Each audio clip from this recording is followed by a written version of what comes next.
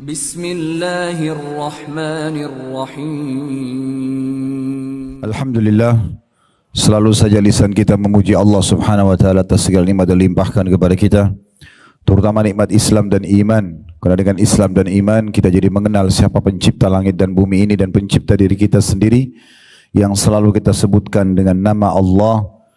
Juga jika memiliki panduan hidup setelah mengenal Tuhan kita Allah, kita tahu mana makanan, minuman, pakaian, pendapatan, pergaulan yang boleh dan tidak boleh. Kita juga jadi mengetahui apa balasan dari perbuatan-perbuatan atas ketaatan kita dan apa hukuman atas pelanggaran-pelanggaran yang kita lakukan. Puncaknya kita dijanjikan untuk mendapatkan balasan yang abadi di surga yang penuh dengan nikmat dan juga ancaman yang menyakitkan di neraka bagi para pembangkang. Ini nikmat yang sangat besar yang harusnya kita syukuri, dan belum lagi nikmat kesehatan, kesempatan, pasangan hidup, keturunan, dan segala macam hal yang Allah Subhanahu wa taala perintahkan kita untuk menikmati dan mensyukurinya. Dan Allah memudahkan kalimat syukur itu dengan alhamdulillah. Selanjutnya kita panjatkan salam hormat kita kepada utusan Allah Nabi besar Muhammad sallallahu alaihi wa ala alihi wa sahbihi wasallam, sebagaimana Allah telah perintahkan kita untuk mengucapkan salam hormat kepadanya, dan juga sebagai balas jasa setelah 23 tahun beliau menghabiskan umurnya untuk agama ini. 13 tahun fase Mekah semuanya dengan hinaan, cacian, puncaknya diusir dari kampung halamannya Mekah, dan kita tahu betapa pedihnya orang yang diusir dari kampung halamannya, serta 10 tahun fase Madinah semuanya penyempurnaan agama akhirnya sampai kepada kita dan kita jadikan sebagai panduan hidup ini. Di awal pertemuan sebelum kita masuk ke bahasan kita atau lanjutan bedah buku kita berdoa kepada Allah Subhanahu wa taala, semoga saja Allah Subhanahu wa taala menerima seluruh amal soleh yang pernah kita kerjakan, yang sedang kita kerjakan, yang akan kita kerjakan sampai menjelang ajal datang nanti dengan pahala yang sempurna, dan semoga seluruh kesalahan, dosa, kekeliruan, pelanggaran-pelanggaran yang pernah kita lakukan dimaafkan oleh Allah Subhanahu wa taala, juga kekurangan dan aib ditutupi, serta Allah Subhanahu wa taala menjaga kemerdekaan, persatuan dan kesatuan negara kita tercinta ini. Allah berikan petunjuk para pemimpin, siapapun pemimpin kita sekarang atau ke depannya, selalu saja menjalankan tugas amanah dengan baik, dan juga kita masyarakat selalu menjalankan program-program yang positif untuk memakmurkan dan menjaga persatuan dan kesatuan sehingga akhirnya negara kita maju dan menjadi contoh bagi negara-negara yang lain. Dan selalu saja kita doakan saudara kita di Palestina, terutama di Gaza yang telah tertindas, semoga Allah ikhlaskan niat mereka, terima para syuhada mereka, muliakan Islam di tangan mereka dan tangan kita semua, dan Allah partisipasikan kita bersama mereka di pahala, baik dengan doa, dengan harta, juga dengan jiwa kita. Dan semoga Allah Subhanahu wa taala dengan kemahamurahannya yang saya yakin dan kita semua yakin dia sedang mendengar kita karena dia maha mendengar, dan melihat kita karena dia maha melihat, dan juga mengetahui niat-niat dan isi hati kita karena dia maha mengetahui segala sesuatunya, agar menyatukan kita semua di surga firdausnya tanpa hisab, sebagaimana disatukan dalam majlis ilmu yang mulia ini. Amin, Allahumma amin. Baik Bapak Ibu sekalian, seperti biasa sebulan sekali kita akan lanjutkan bedah buku kita Keajaiban Sedekah dan Istighfar yang ditulis oleh Hasan bin Ahmad bin Hasan Hammam, dan ada di bawah judul buku kita Kanker Ganas Sembuh Lewat Sedekah, Sungguh Ajaib. Nanti akan ada dalam kisah-kisah. Kita sudah menyelesaikan pada pertemuan-pertemuan sebelumnya tentang masalah perkataan para salafus saleh berhubungan dengan sedekah. Sedikit saya ingatkan lagi karena bahasan kita masih fokus ke sedekah. Setengah buku ini, setengahnya lagi kita akan bahas istighfar dan taubat.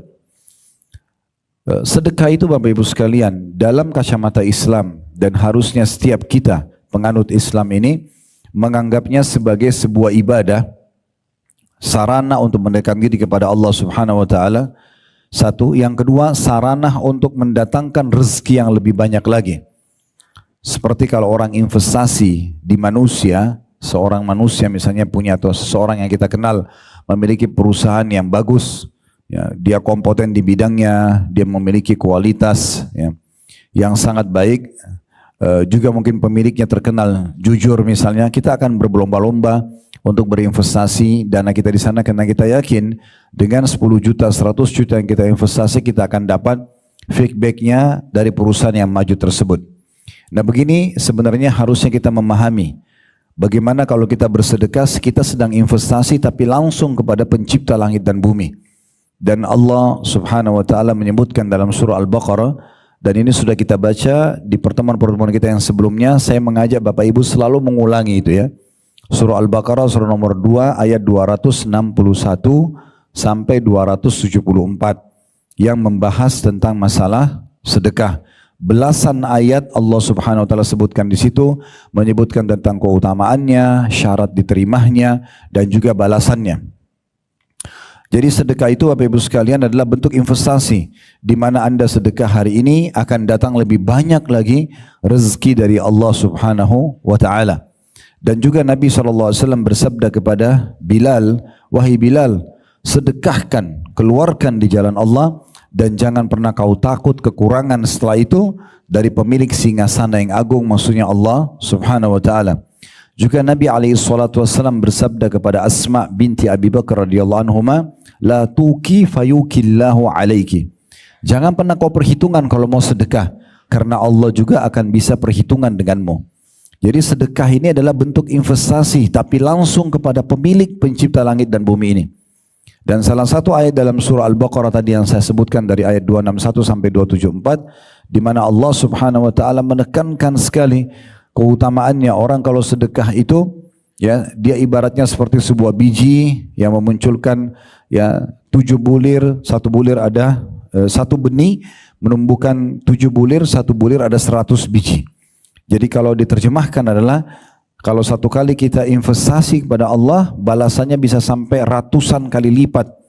Tidak akan pernah ada perusahaan di muka bumi ini yang Anda investasi 1 juta, dapatnya 700 juta. Itu nggak mungkin, kecuali dengan Allah subhanahu wa ta'ala. Makanya Uthman bin Affan radhiyallahu anhu pernah dalam sebuah riwayat, Bapak Ibu sekalian, beliau melihat orang-orang Yahudi, orang-orang munafik di Madinah sengaja memahalkan produk. Karena mereka menguasai pasar, kemudian mereka menahan stok produk sehingga umat Islam terganggu dan mereka memahalkan produk tersebut. Maka Utsman bin Affan mengambil inisiatif dengan hartanya, mengirim sekian banyak pegawainya ke negeri Syam untuk membeli semua kebutuhan umat Islam. Pas tiba di pintu gerbang kota Madinah, kafilah perdagangan Utsman ditahan oleh orang-orang Yahudi dan orang munafik. Mereka menanyakan kepada orang-orang di situ, siapa pemilik kafilah ini? Mereka bilang Utsman bin Affan. Maka mereka minta agar Utsman datang karena mereka mau negosiasi. Mereka mau negosiasi. Mereka mau beli semua produk itu karena menguasai pasar. Maka Utsman pun datang radhiyallahu anhu. Lalu kemudian mereka mulai negosiasi. Hai Utsman, kau ingin jual berapa produkmu ini? Utsman mengatakan, berapa kalian mau beli? Ada di antara mereka mengatakan, saya akan lipat gandakan produk ini, setiap produk ini. Ada banyak sekali unta, puluhan bahkan ratusan unta, saya akan lipat gandakan semua produknya 1 kali lipat, maksudnya 2 harga. Kalau 1 dirham dibeli jadi 2 dirham, jadi sudah pasti ada keuntungan double 100%. Ya. Maka kata Utsman bin Affan, saya ingin lebih. Ada yang mengatakan saya akan kasih 2 kali lipat. Utsman bilang saya ingin lebih. Sampai terakhir ada satu orang Yahudi menawar 5 kali lipat. Utsman mengatakan saya ingin lebih. Orang itu mengatakan siapa lagi yang akan beli lebih daripada kami? Setiap produk dinaikkan 5 kali lipat harganya. Maka kata Utsman, kalian mau tahu siapa yang membeli dari aku lebih daripada itu? Mereka tentu penasaran, iya. Mereka mau tahu siapa ini? Sangat kaya di mata manusia. Kalau ada puluhan bahkan ratusan ekor unta membawa produk, itu semua per itemnya dinaikkan lebih dari 5 kali lipat harganya. Maka Utsman bin Affan menyuruh pegawainya mengumumkan di seluruh kota Madinah agar seluruh umat Islam datang berkumpul. Pada saat mereka berkumpul, Utsman mengiklankan di depan orang Yahudi dan orang-orang munafik itu, sesungguhnya wahai muslimin, ini semuanya dagangan saya wakaf untuk kalian. Ambil semua kalian. Maka seluruh umat Islam mengambil kebutuhan mereka dari perdagangan Utsman tanpa bayar 1 dirham pun. Setelah habis semuanya dibagi-bagi, dan dengan itu muslimin tidak butuh belanja 1 bulan. sehingga pasar jadi normal kembali dan akhirnya mereka terpaksa menjual produk mereka dengan harga normal karena tidak ada pembelinya. Maka waktu sudah dibagi semua makanan atau pangan tersebut, maka Utsman menghadap kepada mereka, gitu kan. Apakah kalian sudah tahu siapa yang beli lebih daripada kalian? Mereka bilang, apalagi yang kau bisa jual Utsman? Semua sudah habis dibagikan kepada orang. Maka Utsman mengatakan pada mereka, membuat mereka semua terdiam. Ketahuilah yang membeli dari aku lebih dari kalian adalah Allah Subhanahu wa taala. Allah menjanjikan akan membalas sampai bahkan 700 kali lipat dari apapun yang diinvestasikan. Maka begitu cara memahami teman-teman. Kalau kita masih selalu berpikir seperti kapitalis, saya keluarkan 10.000 rupiah, dari 100.000 berarti angka saya sisa 90.000, artinya selalu berpikir ini kurang, apa yang kita keluarkan karena tidak ada feedback dengan di kacamata kita, maka secara otomatis kita akan berpikiran seperti mereka, kita akan bakhil, tidak mau keluarkan. Tapi Islam mengajarkan tidak, keluarkan kau akan dapat lebih banyak. Mau dapat ikan paus, kita tidak mungkin pakai kail, pakai kapal tanker. Ya, kalau mau lebih banyak, mendapatkan rezeki dari Allah SWT, pakai resep ini Bapak Ibu sekalian. Sudah berapa kali pertemuan saya ulangi terus, coba pakai resep ini. Sedekah, makin besar Bapak Ibu keluarkan di jalan Allah, makin besar datang rezekinya. Itu pasti. Dan inilah yang dibahas oleh penulis di sini, keajaiban sedekah itu. Ini semua poin-poin yang akan selalu kita ulangi insya Allah untuk terus memotivasi kita jangan sia-siakan kesempatan untuk meraih rezeki dengan sedekah. Kita sudah jelaskan perkataan-perkataan ulama salaf ya pada pertemuan yang lalu bagaimana mereka mengingatkan kepada kita agar setiap muslim itu harusnya menanamkan juga dalam diri mereka lebih perlu dengan sedekah itu daripada orang miskin yang menerima sedekahnya. Ya, kalau teman-teman pegang bukunya bisa dilihat di halaman 7 ya. Di halaman 7 ada perkataan Al-Laits bin Sa'ad rahimahullah, seorang ulama tabi'in, di halaman 7 beliau mengatakan barang siapa yang telah mengambil dariku suatu sedekah atau hadiah, kalau ada orang miskin atau orang yang terima hadiah yang aku kasih atau sedekah aku kasih, maka hak dirinya atas diriku adalah lebih besar daripada hak diriku atas dirinya, karena dia telah menerima apa yang telah aku korbankan kepada Allah Subhanahu wa taala. Jadi Al-Laits bin Sa'ad Bapak Ibu sekalian mengajarkan kepada kita, kalau Anda bersedekah, jangan pernah berpikir orang yang terima sedekah itu lebih perlu, Anda lebih perlu, karena dengan kita kasih dia 100.000 rupiah, dia terima nilainya, dia pakai beli makanan, dia bayar utangnya, atau dia pakai untuk transportasinya, habis. Tapi Anda yang sedang sedekah itu akan mendapatkan nilai 100.000 itu di timbangan amal kita hari kiamat. Dan tidak bisa diletakkan ke timbangan amal kecuali kita sedekahkan.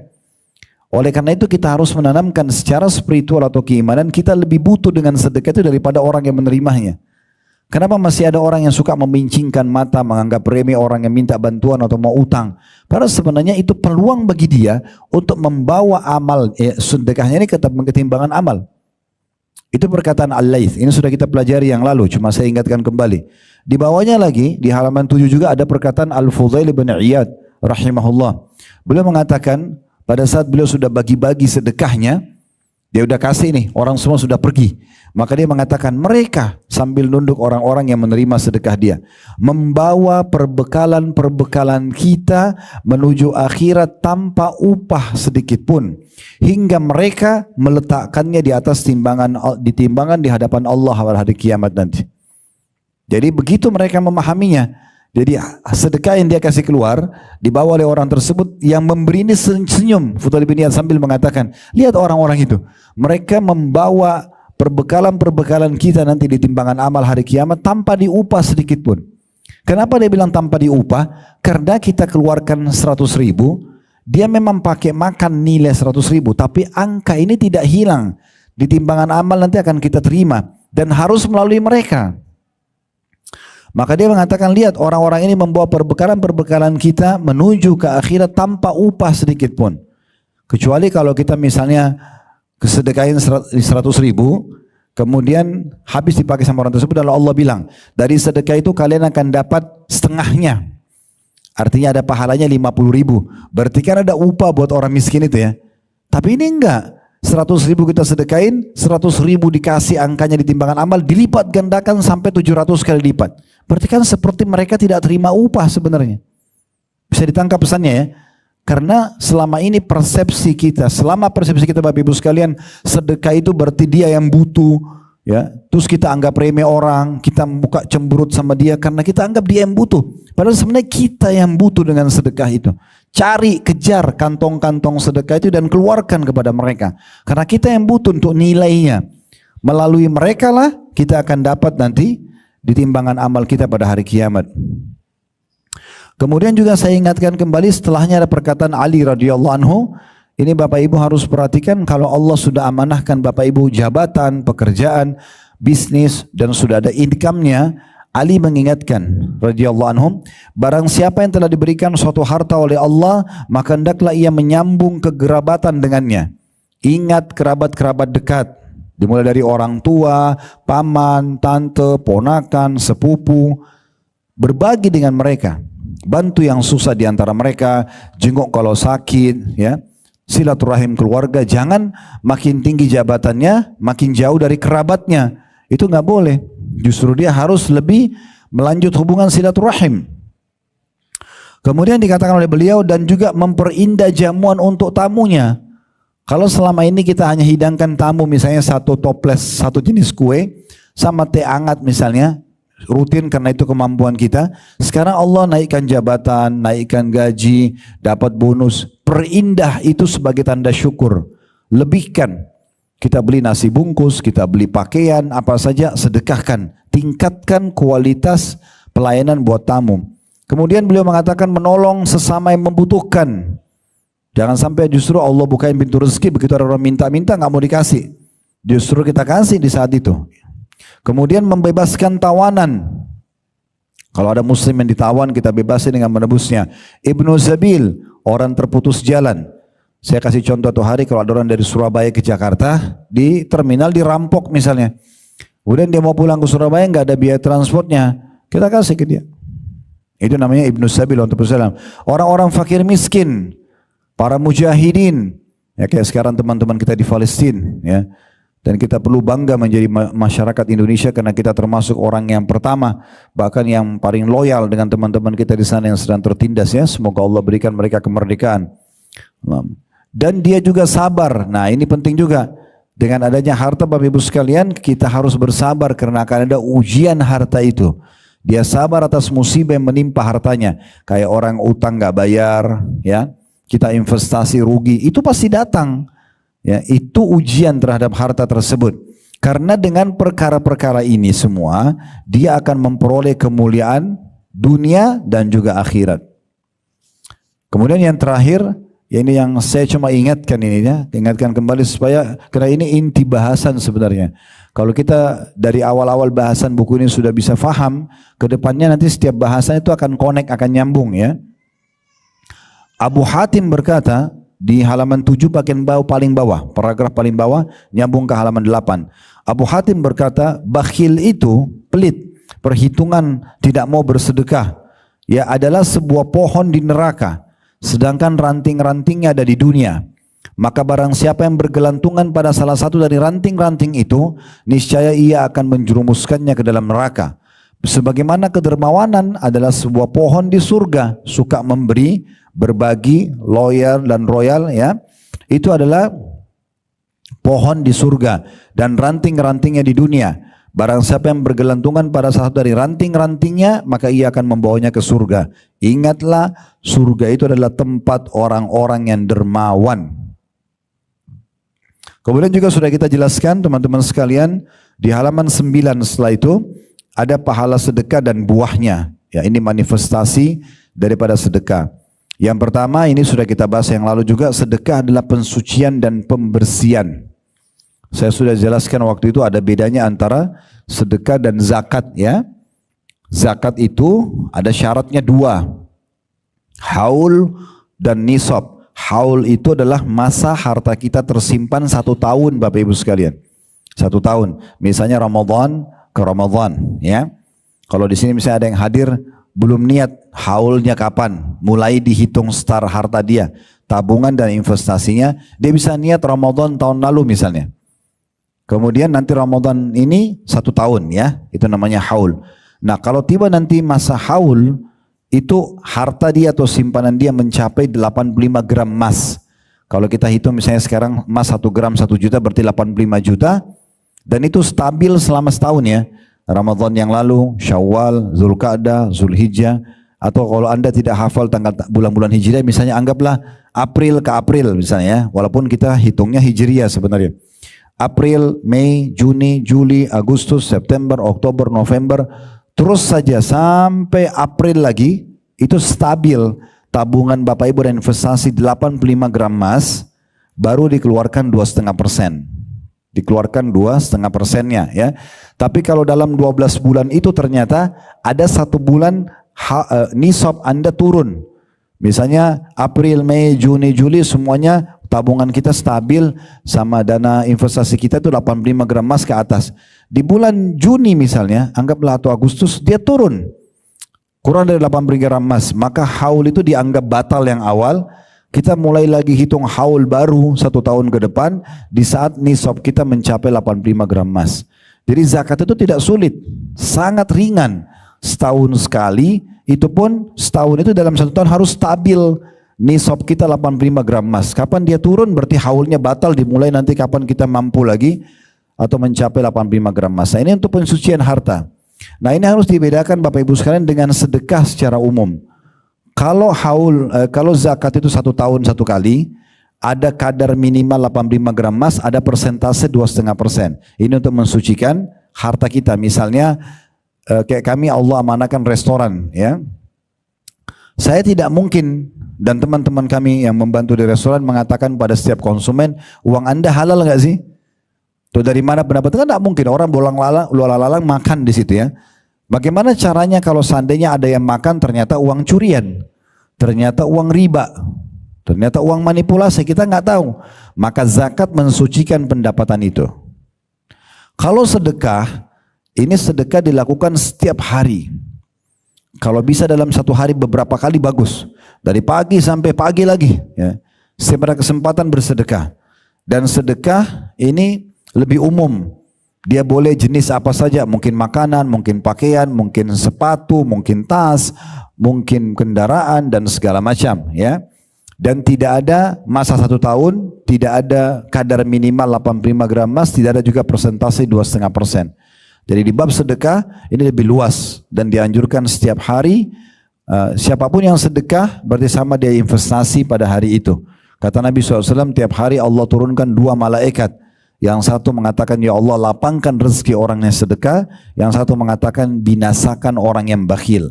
Kata Ibnu Hajar rahimahullah, yang dimaksud dengan dibinasakan adalah dibinasakan hartanya dan jiwanya.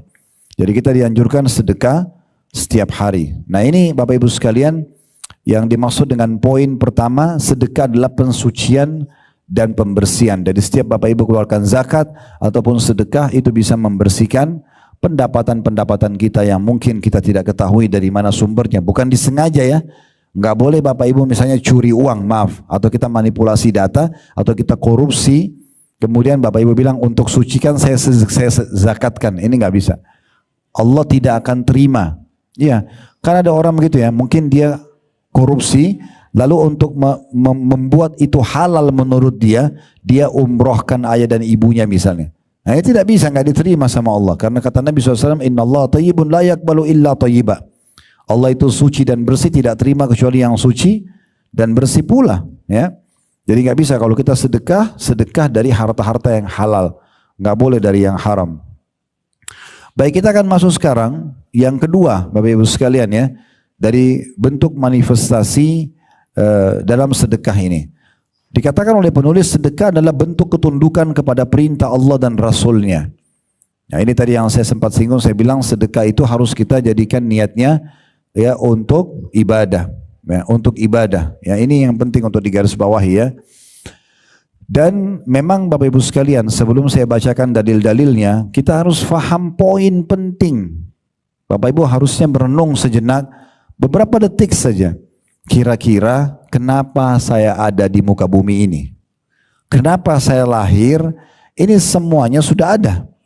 Begitu kita lahir, ini ibu kamu, ini ayah kamu. Kita nggak bisa milih. Saya nggak mau ibu ini, saya nggak mau ayah ini, nggak bisa. Ini ibu, ini ayah. Sang ibu pun langsung merasa ini adalah anak saya. Ada sistem yang mengatur begitu ya. Sang ayah juga mengatakan ini anak saya. Lalu status nasab ditaruh kepada dia. Dan seterusnya. Ini semua ada sistem. Berarti kan ada yang mengaturnya ya. Kemudian anggota tubuh kita. Mata melihat, telinga mendengar, hidung menghirup misalnya.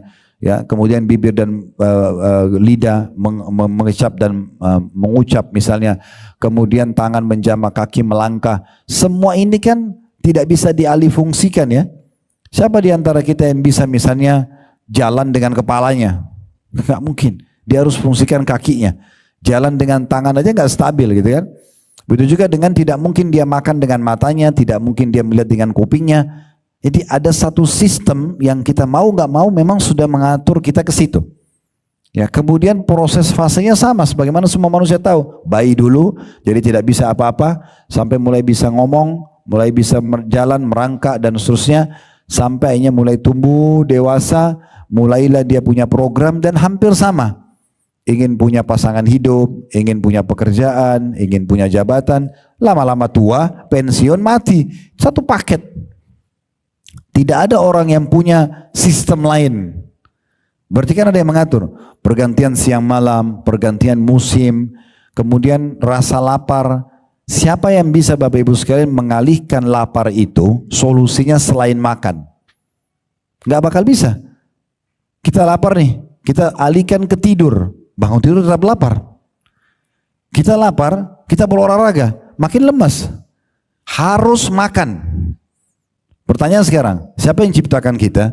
Siapa yang membuat sistem ini? Kalau lapar harus makan. Tadi fungsi mata melihat, fungsi telinga mendengar. Kita lahir, ini ibu, ini ayahmu. Kita melalui fase dari bayi, anak-anak, remaja, tua, mati. Ini dari mana semuanya nih? Kita harus merenung sejenak. Bapak Ibu bisa membaca juga dalam surah yang Allah sebutkan surahnya tentang kita manusia. Surah nomor 76. Namanya surah Al-Insan. Allah sebutkan di ayat pertamanya, Hal ata alal insani hinu minad dahri lam yakun syai'an madhkura. Apakah telah datang masa manusia itu berfikir sejenak yang tadinya dia ini dari sesuatu yang tidak ada yang kenal. Tiba-tiba dia lahir, tiba-tiba ada sistem sampai dia harus lalui dan dia meninggal dunia. Dia harus berpikir dari mana? Nah, jawabannya Bapak Ibu sekalian, karena kita punya pencipta. Pencipta lah ini yang orang Islam dimanjakan, kita sudah langsung lahir tahu. Orang tua kita bilang, Tuhanmu Allah ya nak, ini sholat ya, ini bacaannya, ini yang Allah bolehkan, ini yang Allah larang. Kita sudah disampaikan. Orang-orang yang tidak dipandu kepada Tuhan Allah, mereka cari Tuhan-Tuhan lain. Sembah patung, sembah pohon, ya, ada yang sembah sapi, ya, macam-macam. Ya, di India itu ada yang sembah kan gitu, ada yang sembah sapi, misalnya ada yang sembah macam-macam. Ada yang sembah jin tidak nampak, ada yang sembah bintang-bintang. Kenapa? Karena potensi dia tahu ada Tuhan, ada, tapi tidak dipandu ke Tuhan siapa yang sebenarnya. Kalau kita sudah dipandu, Tuhanmu Allah, ini loh Al-Quran yang diturunkan, ini loh utusannya Nabi Muhammad, ikuti saja. Udah, kita jadi tahu punya jawabannya semuanya. Nah, jadi saya kembali kepada pertanyaan penting di sini Bapak Ibu sekalian. Kita sejenak merenung, kenapa kita ada di muka bumi ini? Allah sebagai sang pencipta mengekalkan dalam surah Az-Zariyat. Surah nomor 51 ayat 56 ya. Itu bisa dibuka, ini tujuan dasar sekali kenapa kita ada di muka bumi ini. Sudah sering kali para ustadz-ustadz kita ya menyebutkan tentang surah atau ayat ini untuk mengingatkan kembali ya, surah nomor 51 ayat 56 ya. Allah Subhanahu wa taala mengatakan, "Wa ma khalaqtul jinna wal insa illa liya'budun." Ketahuilah aku tidak menciptakan jin dan manusia. Kita semuanya ada di muka bumi ini lahir dan melalui proses yang harus kita lalui tadi sudah saya berikan gambaran. Memang ya melainkan supaya mereka mengabdi kepadaku. Jadi memang tujuan kita di sini Bapak Ibu sekalian di muka bumi ini, kalau dari ayat ini kita faham memang kita untuk sholat, memang untuk baca Quran, memang untuk zikir, memang untuk bakti sama orang tua, memang untuk bermanfaat ya. Memang begitu tujuannya. Tidak ada tujuan lain. Jadi kalau pelengkap ini perangkat-perangkatnya ada kayak tidur, makan, itu perangkat saja. untuk memudahkan kita melalui kehidupan dan menjalankan tujuan utama kita diciptakan. Nah, itu yang harus kita fahami Bapak Ibu sekalian. Jadi memang untuk itu kita diciptakan. Dan Allah Subhanahu wa taala memastikan di ayat 57 setelah itu, ma uridu minhum min rizqin wa ma uridu ay yut'imun. Kata Allah, aku tidak menghendaki rezeki sedikit pun dari mereka, dari manusia dan jin, dan aku tidak menghendaki supaya mereka memberiku makan. Allah tidak suruh kita bekerja cocok tanam atau bekerja lalu memberikan makan kepada Allah, tidak. Allah tidak butuh, Allah Maha Kaya. Lalu Allah menutupnya di ayat 58 mengatakan innallahu warrazzaqu dzul quwwatil matin. Sesungguhnya Allah itu dialah Maha Pemberi rezeki yang mempunyai kekuatan lagi sangat kokoh, Nah, di sini kita hubungkan antara tujuan kita diciptakan adalah mengabdi kepada Allah. Penulis menuliskan poin nomor 2 daripada sedekah dan manifestasinya adalah sedekah adalah bentuk ketundukan kepada perintah Allah dan Rasulnya. Jadi kenapa kita bersedekah? Karena diperintahkan oleh Allah Subhanahu wa taala. Allah berfirman di sini diangkat surah pertama, dari pertama surah Al-Anfal ayat 24 yang berbunyi, ya ayyuhalladzina amanu istajibu lillahi walir rasuli idza da'akum lima yuhyikum wa'lamu anna Allah yahulu bainal mar'i wa qalbi wa annahu ilaihi tuhsyarun. Hai orang-orang beriman, penuhilah seruan Allah dan seruan Rasul apabila Rasul menyuruhmu kepada sesuatu yang memberi kehidupan kepadamu. Maksudnya perintah agama ini semuanya baik buat kehidupan kalian. Jujur, amanah, tanggung jawab, bakti sama orang tua, jenguk orang sakit, bersedekah, semua itu baik. Ya. Dan yang dilarang bohong, menipu, membunuh, memukul, menggunjing, memfitnah, tidak baik. Berarti orang kalau ngikutin perintah Allah sebagai pencipta jadi orang baik pasti. Ya. Makanya dikatakan sini sesuatu yang memberi kehidupan untukmu, maksudnya membuatmu bahagia, ada panduan hidup. Ketahuilah bahwa Allah membatasi antara manusia dan hatinya dan kepadanya lah kamu akan dikumpulkan. Ya, maksudnya Allah Subhanahu wa taala menciptakan semua itu dan mengatur sistem yang ada.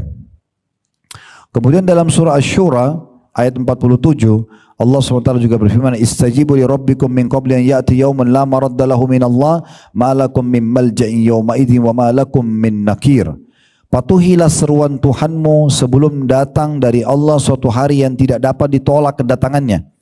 Sekarang mumpung Allah peringatkan, solatlah dengan dengarkan azan, sedekahlah dengan hadiri pengajian begini misalnya.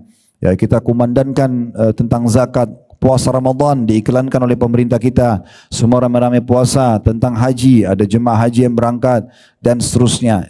Jawab itu semua, patuhi seruan Tuhan sebelum datang suatu hari, maksudnya hari kiamat yang tidak bisa ditolak kedatangannya. Pasti akan dibangkitkan kembali dan Allah akan minta pertanggungjawaban atas perbuatan kita. Kalau baik, kita akan dapat balasannya. Kalau buruk, kita akan dapat hukumannya.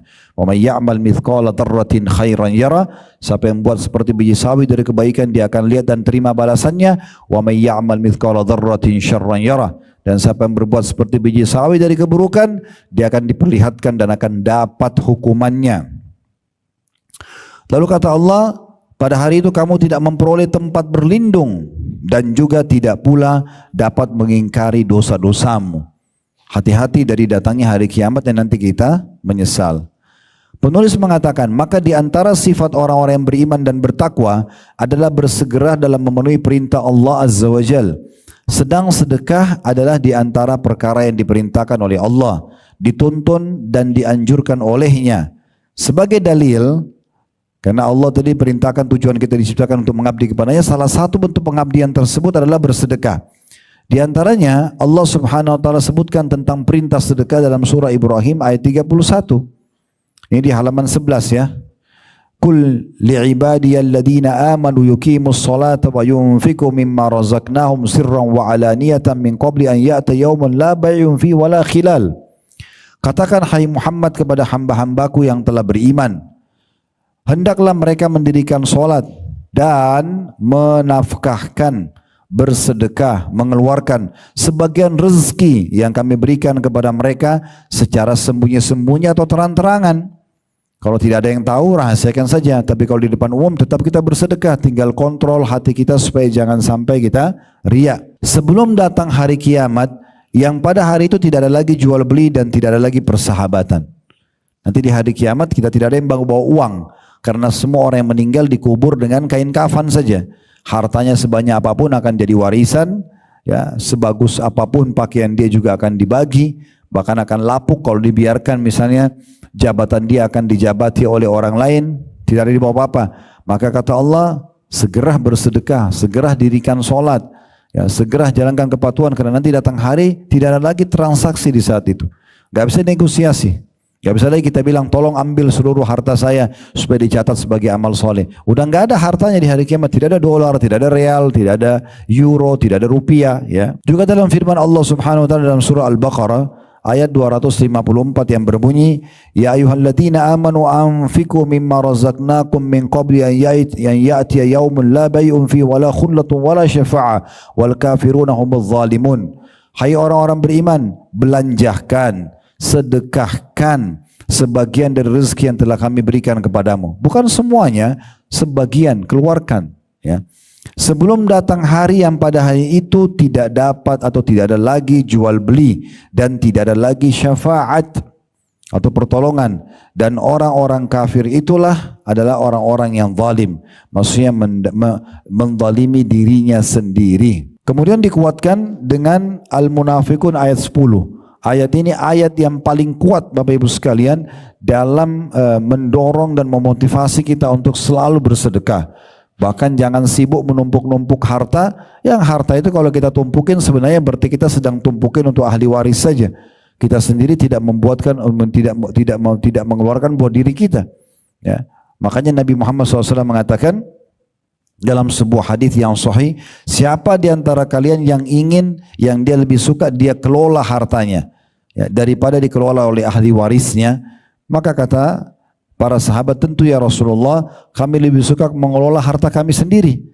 Maksudnya kami yang tentukan, kami keluarkan ke siapa, berikan ke siapa, beli apa, ya. Misal contoh, maka kata Nabi SAW, ketahuilah yang kalian sedekahkan di masa hidup kalian, berarti kalian yang mengelola harta itu, karena hal itu akan dibawa di timbangan amal. Dan yang kalian tinggal tabungkan, ditabung, sibuk dengan tabungan membengkak, itu yang kalian tinggalkan untuk dikelola oleh ahli waris kalian. Iya, kalau ahli waris bangunkan masjid buat kita. Kalau tidak, ada satu pengusaha dari Yaman, saya berbagi sedikit cerita dulu. Pengusaha ini Bapak Ibu sekalian kaya raya, ya. Banyak melimpah hartanya, tapi subhanallah dia belum tersentuh dari sisi memperbanyak sedekahnya. Kapan dia tersentuh Bapak Ibu sekalian?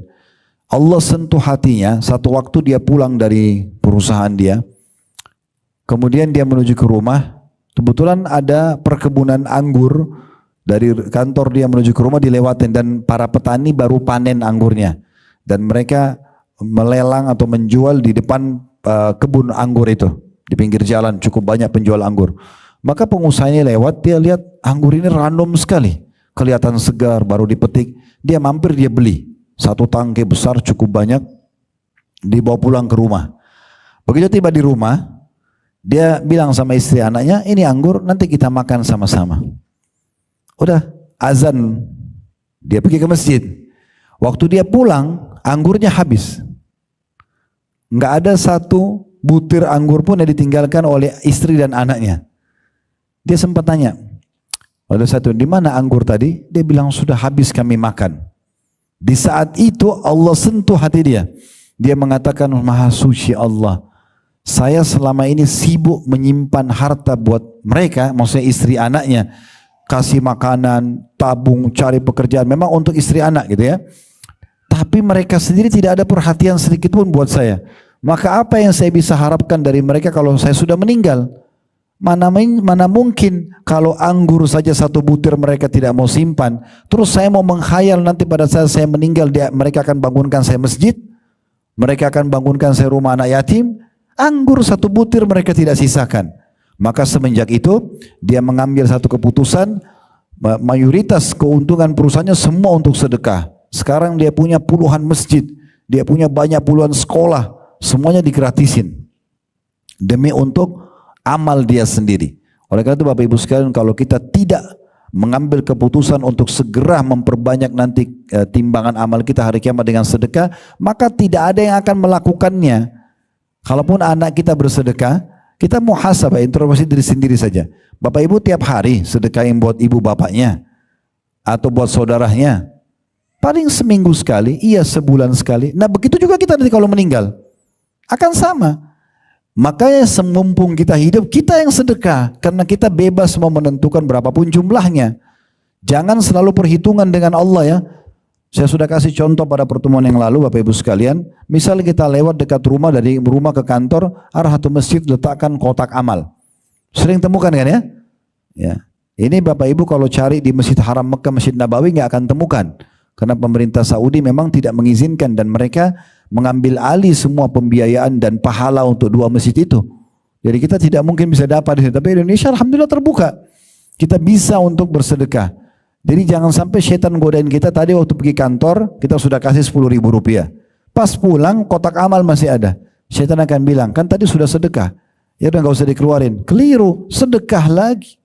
Karena sedekah itu investasi. Makin banyak maka makin besar kita akan dapat feedbacknya dari Allah dan makin melimpah pahalanya. Berarti masjid masih butuh. Besok keluar ada lagi, kasih lagi. Setiap saat kasih.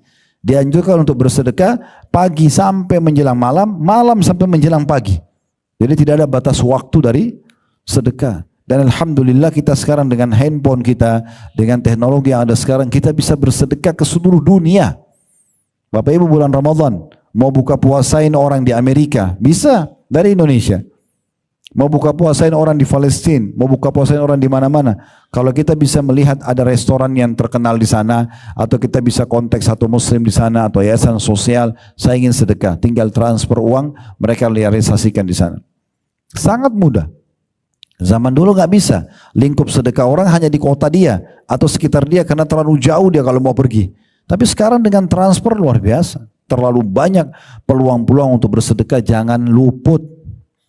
Perhatikan ini ya, ini yang kita mau baca sekarang di halaman 12 Al-Munafikun, surah Al-Munafikun ayat 10. Ini penyesalan yang Allah sudah gambarkan dan akan menimpa semua orang yang tidak mau sedekah. Akan sama penyesalannya. Allah berfirman, wa anfiqu mimma razaqnakum min qabli an ya'tiya ahadakumul mautu fayaqula rabbi laula akhartani ila ajalin qaribin fa asaddaqa wa akum minas salihin. Dan belanjakan sebagian dari apa yang kami berikan kepadamu sebelum datang kematian kepada salah seorang di antara kamu. Sebelum kamu mati lihat malaikat maut, lalu di saat mau mati itu baru kalian berkata. Ya, perhatikan ya, di sini Allah tidak sebutkan dia menyesali amal-amal yang lain, tapi yang ada di ayat ini disebutkan penyesalannya. Dia mengatakan, ya Robku, wahai penciptaku, mengapa engkau tidak menangguhkan kematian itu sampai waktu yang dekat? Tolong kasih aku berapa menit saja. Untuk apa? Untuk makan-makan favorit lagi, kumpul sama keluarga, kembali kerja? Enggak. Agar ya atau yang menyebabkan aku dapat bersedekah. Dan aku termasuk orang-orang yang saleh. Jadi orang kita, Bapak Ibu sekalian, yang rekeningnya lagi banyak uang, dia banyak investasi, ini kalau meninggal, kalau dia tidak sedekah, dia berharap Allah suruh malaikat maut lambatkan berapa menit, hanya untuk mau transfer semua dana itu ke yayasan sosial, ke anak yatim, ke masjid, baru dia meninggal. Tapi udah nggak bisa. Di saat malaikat maut datang, udah habis peluang itu. Dan berarti harta itu sudah menjadi harta ahli waris, bukan lagi kita. Karena ahli waris belum tentu bersedekah buat kita. Kalau sedekah pun tidak banyak.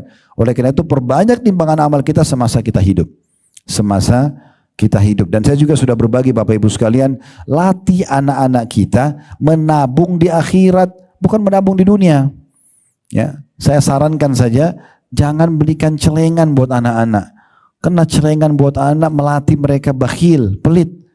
Bapak Ibu kalau punya 2 orang anak, Bapak Ibu belikan celengan 1 orang 1, lalu kasih 10.000 satu anak, pastikan berapa menit setelah itu kalau si kakak pegang celengan adik, adiknya akan marah, adik pegang celengan kakak akan marah. Bahkan kadang-kadang kita orang tuanya pegang celengan anak itu akan marah. Mulai lahir sifat bakhilnya. Yang benar gimana? Kasih uang. Kalau ini uang jajan di sekolah, nah ingat ya, kalau lagi istirahat nanti belanja apa-apa di kantin, belikan teman kamu ya, sedekah. Ada kotak amal di musola, kasih. Ada bantuan apapun di sekolah untuk teman yang sedang sakit, kasih. Latih mereka bersedekah. Sedekah itu pangkal kaya dalam Islam. Ya, yang bilang tabungan itu pangkal kaya itu adalah orang-orang non muslim, ya. Itu orang-orang yang beda pikirannya sama kita. Mereka nggak mungkin berpikir seperti kita karena kita ini pasti tidak masuk di nalar manusia, keluarin kok bisa jadi banyak. Nah, begitu janji Allah SWT, dan itu resep yang luar biasa. Di depan mata saya Bapak Ibu sekalian, hampir semua jemaah yang saya temuin yang Allah bukain pintu rezeki, memang luar biasa royalnya mereka. Jemaah haji, jemaah umroh, yang mereka tuh sibuk pada saat mau pulang beliin keluarganya, berapa banyak keluarga dibeliin ini, dibeliin itu, beliin, sedekahnya luar biasa. Pada saat di Mekah, di Madinah saya ajak untuk program sosial, mereka bersedekah dengan jumlah banyak. Pantas saja, karena secara teori agama memang dia akan jadi kaya dan betul dia kaya raya. Dan tidak ada orang yang saya lihat perhitungan, kecuali juga Allah perhitungan dengan dia. Maka sebatas itu juga rezeki yang hanya dia dapatkan. Coba resep ini, perbanyak sedekah, tingkatkan angka yang belum pernah Bapak Ibu kesedekahin. Misalnya selama ini kita cuma kasih 10 ribu, 5 ribu, tingkatkan sekarang ke 50 ribu, tingkatkan 100 ribu. Memang ini adalah sebuah ibadah pendekatan diri kepada Allah SWT. Yang pertama, yang kedua akan nanti kita terima di timbangan amal, dan yang ketiga akan diganti oleh Allah. Dalil tentang penggantian ini Bapak Ibu bisa lihat dalam surah Saba, surah nomor 34 ayat 39. Surah nomor 34 ayat 39. Potongan ayat di situ, wa ma anfaqtum min syai'in fahuwa yukhlifu. Apapun yang kalian infakkan, maka pasti dia akan ganti. Allah akan ganti. Jadi sedekah itu Bapak Ibu sekalian akan sangat besar manfaatnya. Tadi saya sebutkan minimal 3 tadi ya. Kita akan dapat pahalanya, kita akan terima di timbangan amal hari kiamat, dan juga akan digantikan oleh Allah Subhanahu wa taala. Lalu kenapa harus khawatir? Sekarang rasional Bapak Ibu kerja di rumah sakit ini misalnya, kenapa Bapak Ibu bertahan kerja? Karena Bapak Ibu di antara salah satunya tahu, oh saya akan terima gaji akhir bulan. Kenapa Bapak Ibu begitu yakin akan dikasih gaji? Karena kita yakin pimpinan perusahaan pasti jujur, mungkin pemerintahan juga akan awasin dan segala macam. Nah, kenapa kita tidak lakukan sistem yang sama dengan Allah Subhanahu wa taala?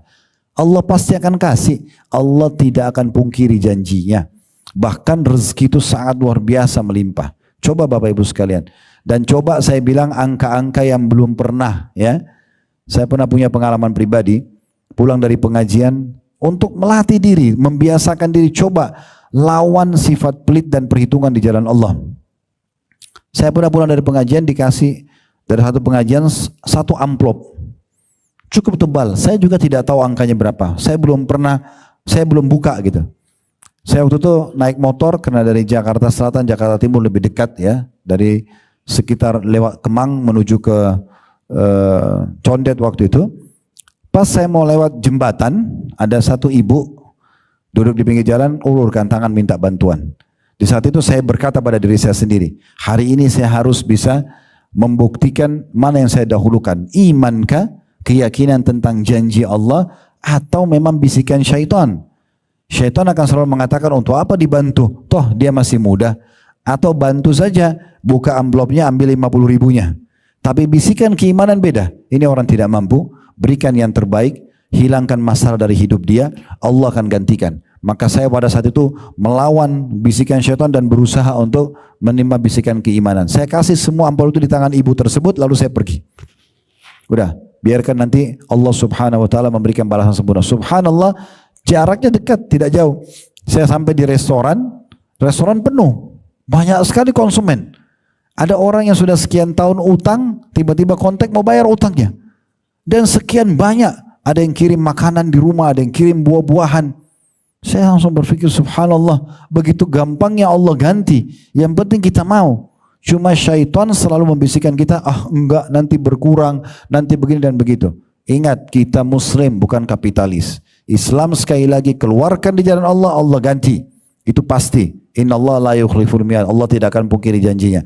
Mereka mengatakan tidak, tahan, tabung, kau akan kaya. Enggak akan ketemu konsepnya, mustahil. Islam suruh keluarkan, ini suruh nabung, enggak bisa ketemu. Coba royal, maka akan muncul loyalitas. Itu yang saya bilang yang lalu ya, kalau masih ingat. Bapak Ibu kalau mau orang lain loyal dengan kita, peduli, perhatian, ya, hormat, maka dimulai dari royal dulu. berbagi dulu, muncul loyalitas. Royal akan datangkan loyalitas. Itu juga berlaku antara hubungan kita sama Allah SWT. Kita royal di jalan Allah, Allah akan menunjukkan loyalitasnya kepada kita. Maka ini poin penting untuk kita